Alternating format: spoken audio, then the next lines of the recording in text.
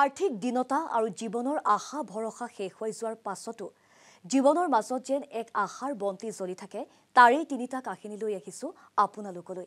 কেনেদৰে দৰিদ্ৰতাক নেওচি দৃঢ়তাৰে এজন সফল ব্যক্তি হ'ব পাৰি তাৰে এক প্ৰতিবেদন লৈ আহিছে আমাৰ লখিমপুৰৰ সাংবাদিক হাছিনুৰ আলমে।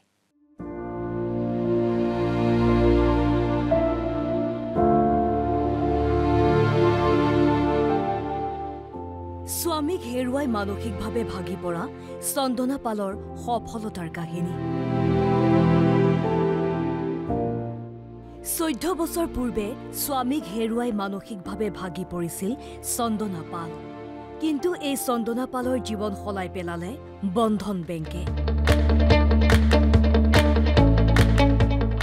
বন্ধন বেংকৰ পৰা 50,000 টকাৰ ঋণ লৈ কাপোৰৰ ব্যৱসায় আৰম্ভ কৰি আজি চন্দনা পালে সচ্ছল জীৱন কটাইছে।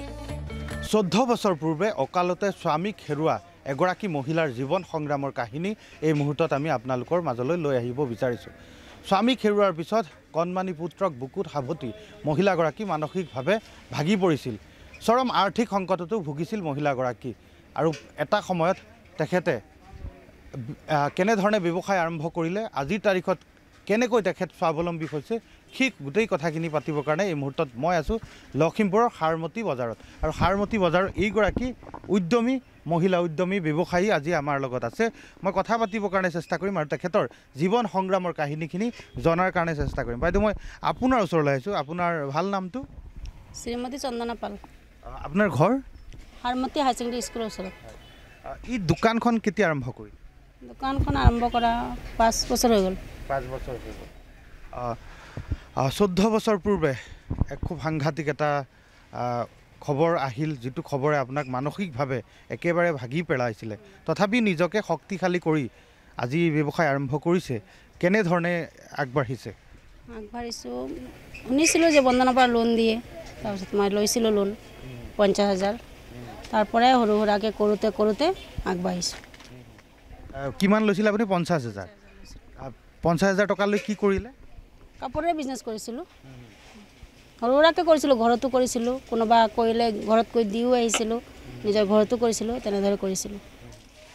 আজিৰ তাৰিখত ধুনীয়াকৈ চলিছে? আজিৰ তাৰিখে ধুনীয়াকৈ চলি আছোঁ। দোকান এখন খুলি দোকানলৈ চলি আছোঁ। ঘৰত আপোনাৰ কোন কোন আছে এতিয়া? ঘৰত 2টা ল'ৰা আৰু মই। মানে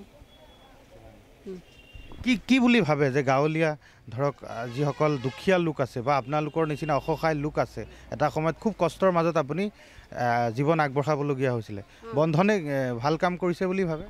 বন্ধনে ভালে কাম কৰিছে। তেতিয়া মোৰ হাতত বৰ টকা নাছিলে, একেবাৰে এত টকা নাছিলে, সৰু সুৰাকৈ চলি আছোঁ। বন্ধনৰ পৰা লোৱাৰ পাছত মই মাল আনিলোঁ, মাল আনিৰ পৰা লাহে লাহে বহাইলোঁ। বন্ধনক ধন্যবাদ দিছোঁ আৰু মই ইমানটো সহায় পাইছোঁ, তাৰ পৰা আগবাঢ়িছোঁ, সেইকাৰণে বন্ধনক মই ধন্যবাদ দিলোঁ।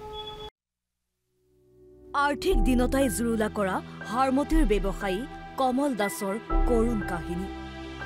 বন্ধন বেংক সাৰমতী শাখাৰ পৰা ঋণ লৈ আৰ্থিক দীনতাই জুৰুলা কৰা কমল দাসে সৰুকৈ আৰম্ভ কৰিছিল ব্যৱসায়।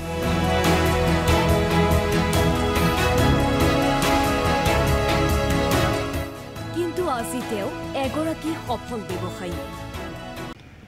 আৰ্থিক দৈন্যতাত ভোগা কমল দাসৰ একালত আছিল এটা সৰু পাণ দোকান আৰু সৰু পাণ দোকানেৰে জীৱন আৰম্ভ কৰিছিল।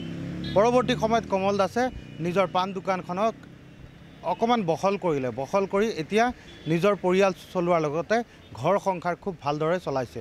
লখিমপুৰৰ সাৰমতীৰ কমল দাসৰ কাষত আহিছোঁ আৰু কমল দাস আজি কেনেধৰণে স্বাৱলম্বী হৈছে সেয়া আপোনালোকক দেখুৱাৰ কাৰণে চেষ্টা কৰিম। এয়া হৈছে কমল দাসৰ পাণ দোকান। সাৰমতীৰ ৰাষ্ট্ৰীয় ঘাইপথৰ কাষত আছে এই কমল দাসৰ পাণ দোকান। এটা সময়ত অতি ক্ষুদ্ৰ এটি পাণ দোকান আছিলে আৰু এতিয়া পাণ দোকান ই যি তেখেতৰ ব্যৱসায় এয়া অলপ বহল কৰিছে, কিছু বিস্কুট চিস্কুট ৰাখিছে এতিয়া আৰু অলপ বহল ভিত্তিত তেখেতে ব্যৱসায় চলাইছে। মই আপোনাৰ ওচৰলৈ আহিছোঁ। আপোনাৰ ঘৰ ইয়াতে? এটা সময়ত আপুনি কৈছিলে খুব সৰু পাণ দোকান এখন? মোৰ ভঙা চিঙা দোকান আছিলে, ৰাস্তাৰ কিনাৰতে আছিলে। তেতিয়া মই ধৰক বন্ধন যেতিয়া ওলাইছে, বেংক ওলালে, তেতিয়া মই প্ৰথম 20,000 টকা ল'লোঁ। 20,000 লোৱাৰ পিছত আকৌ লাহে লাহে মোক বঢ়াই দি গৈছে। 20ৰ পৰা 50, 50ৰ পৰা আপোনাৰ 80, 80ৰ পিছত 1,20,000, তাৰপিছত দিলে 1.5 লাখ, তাৰপিছত দিলে এতিয়া বৰ্তমান মই 3 লাখলৈকে আছোঁ। মই ধুনীয়াকৈ চলি আছোঁ বাৰু। আপোনাৰ ঘৰত কোন কোন আছে? ঘৰৰ মোৰ ল'ৰা এটা আছে, মাইকী মানুহ আছে। ল'ৰাক পঢ়ুৱাই আছে? অঁ, পঢ়াই আছে। মানে আগততো কৈছিলে আপুনি বৰ সমস্যা হয়। সমস্যা আছিলে, তেতিয়া সমস্যা আছিলে। তেতিয়া যেনে ধৰক বন্ধনৰ পৰা লোন লোৱাৰ পিছত মই অলপ আগবাঢ়িব পাৰিছোঁ। কিস্তিখিনি ধুনীয়াকৈ মাৰিব? কিস্তিখিনি মই মাহে মাহে ক্লিয়াৰ দি আছোঁ। এতিয়া মোৰ একাউণ্টৰ পৰা কাটি দিছোঁ। ধুনীয়াকৈ চলিছোঁ, মই ডাঙৰকৈ কৰিছোঁ। পৰৱৰ্তী আকৌ ডাঙৰকৈ কৰাৰ চেষ্টা কৰি আছোঁ। কি ক'ব বন্ধনক? কি ক'ব? বন্ধন ধুনীয়াই ভাল, আৰু ধৰক বন্ধনৰ যিখিনি কৰ্মকৰ্তা আছে সেইখিনিও ভাল। আমাক হেৰি ধুনীয়াকৈ কথা চথা পাতে।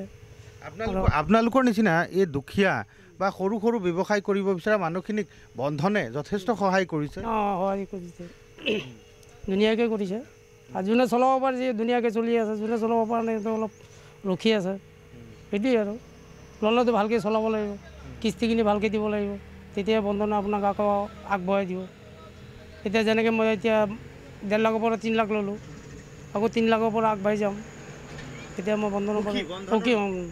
বন্ধনক লৈ সুখী এইগৰাকী কমল দাস, আৰু বন্ধনৰ পৰা তেখেতে লোন লৈ নিজৰ সৰু ব্যৱসায়টোক অকণমান ডাঙৰ কৰিছে। অকণমান ডাঙৰ কৰি তেখেতে নিজৰ পৰিয়াল ঘৰ সংসাৰ খুব সুন্দৰভাৱে চলাইছে, ল'ৰাটোকো খুব ধুনীয়াকৈ পঢ়ুৱাব পাৰিছে। আৰু বন্ধনক লৈ সুখী এইগৰাকী লখিমপুৰৰ হাৰমতিৰ কমল দাস। কোনোমতে জীৱন নিৰ্বাহ কৰি থকা সুভাষ দেৱনাথ আজি সফল হোলচেলাৰ। হাৰমতি বজাৰত খুচুৰা সামগ্ৰীৰ দোকান দি থকা সুভাষ দেৱনাথে বন্ধন বেংকৰ ঋণ লৈ বিস্কুট, মৰ্টন আৰু চকলেটৰ সফল হোলচেলাৰ হ'বলৈ সমৰ্থ হৈছে। কেৱল সেয়াই নহয়, খুব সুন্দৰভাৱে তেওঁ পোহপাল দিছে পৰিয়ালক। আমাৰ লগত আছে লখিমপুৰৰ হাৰমতিৰ সুভাষ দেৱনাথ। ব্যৱসায়ী সুভাষ দেৱনাথে নিজৰ ক্ষুদ্ৰ ব্যৱসায়টোক কেনেধৰণে অকণমান বহল কৰিছে আৰু ঘৰ সংসাৰ খুব ধুনীয়াকৈ চলাইছে, সেই কথাখিনি আমি তেখেতৰ পৰা জানিবৰ কাৰণে চেষ্টা কৰিম। আৰু তেখেতৰ যি বিস্কুটৰ দোকান, এই বিস্কুটৰ দোকানলৈ আমি সোমাই আহিছোঁ আৰু পৰিচয় কৰাই দিছোঁ এইগৰাকী সুভাষ দেৱনাথ। লখিমপুৰৰ হাৰমতিৰ ৰাষ্ট্ৰীয় ঘাইপথৰ কাষত তেখেতৰ এই ব্যৱসায়িক প্ৰতিষ্ঠানখন। মই অকণমান জুবিনক লৈ দেখুৱাই ল'ব বিচাৰিছোঁ। বিভিন্ন ধৰণৰ বিস্কিট আছে আৰু যিখিনি সা সামগ্ৰী আছে এইসমূহ ইয়াৰ পৰা হ'লচেল দিয়ে তেখেতে সুভাষ দেৱনাথে। প্ৰথমে খুব ক্ষুদ্ৰ এটা ব্যৱসায় আৰম্ভ কৰিলে আৰু ক্ৰমান্বয়ে গৈ এতিয়া এইসমূহ এতিয়া বিস্কিট হওক, মৰ্টন হওক, চেম্পু, চকলেট এইসমূহ তেখেতে ইয়াৰ পৰা হ'লচেল দিয়ে। আৰু তেখেতৰ এই ব্যৱসায় ক্ৰমান্বয়ে কেনেধৰণে ডাঙৰ কৰিছে, বহল কৰিছে, সেই কথাখিনি তেখেতৰ লগত জানিবৰ কাৰণে চেষ্টা কৰিম। দাদা, আপোনাৰ ওচৰলৈ আহিছোঁ। আপোনাৰ ঘৰ ইয়াতে? হাৰমতি ঘৰ। এটা সময়ত খুব আপোনাৰ সৰু ব্যৱসায় আছিলে, কেনেধৰণে আগবঢ়াই লৈ গ'ল? এই পইচা পাতি লোন লৈছোঁ বন্ধনৰ পৰা, লৈ কিনে চলিছোঁ। চলতে অলপ আগবাঢ়িছোঁ আৰু। বন্ধনৰ পৰা আপুনি লোন লৈছিলে? প্ৰথম কিমান টকা লৈছিলে? প্ৰথম 30,000 টকা না 40,000 টকা কিবা এটা লৈছোঁ। তাৰপিছতো লৈছোঁ, লাষ্টত 2 লাখ টকামানো লৈছোঁ।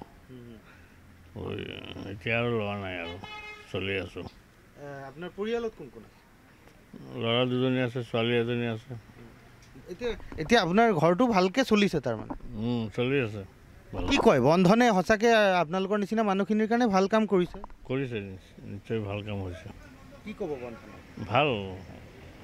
ভাল কাম কৰিছে আৰু ভালেই আৰু আমাৰ নিচিনা মানুহৰ কাৰণে ঠিকেই আছে। সুখী আপুনি? চলি আছোঁ। বন্ধনৰ পৰা লোন লৈ সুখী, আৰু বন্ধন বেংকৰ পৰা তেখেতে লোন লৈছে হাৰমতি শাখাৰ পৰা। হাৰমতি শাখাৰ পৰা আপুনি লৈছিলে? হাৰমতি শাখাৰ পৰা তেখেতে লোন লৈ আজি স্বাৱলম্বী হৈছে, নিজৰ ক্ষুদ্ৰ ব্যৱসায়টোক অকণমান ডাঙৰ কৰিছে, বহল কৰিছে, আৰু এনেধৰণেই এতিয়া স্বাৱলম্বী হৈছে এইগৰাকী লোক। এইদৰে বহু দুখীয়া, নিবনুৱা আৰু দৰিদ্ৰ মহিলাই আশাৰ ৰেঙনি দেখিছে বন্ধন বেংকৰ পৰা। বন্ধন বেংকে এনেদৰে আৰ্থিক সাহায্য প্ৰদান কৰি বহুতৰ জীৱনলৈ আনিছে পৰিৱৰ্তন। Bureau report, Assam live 24।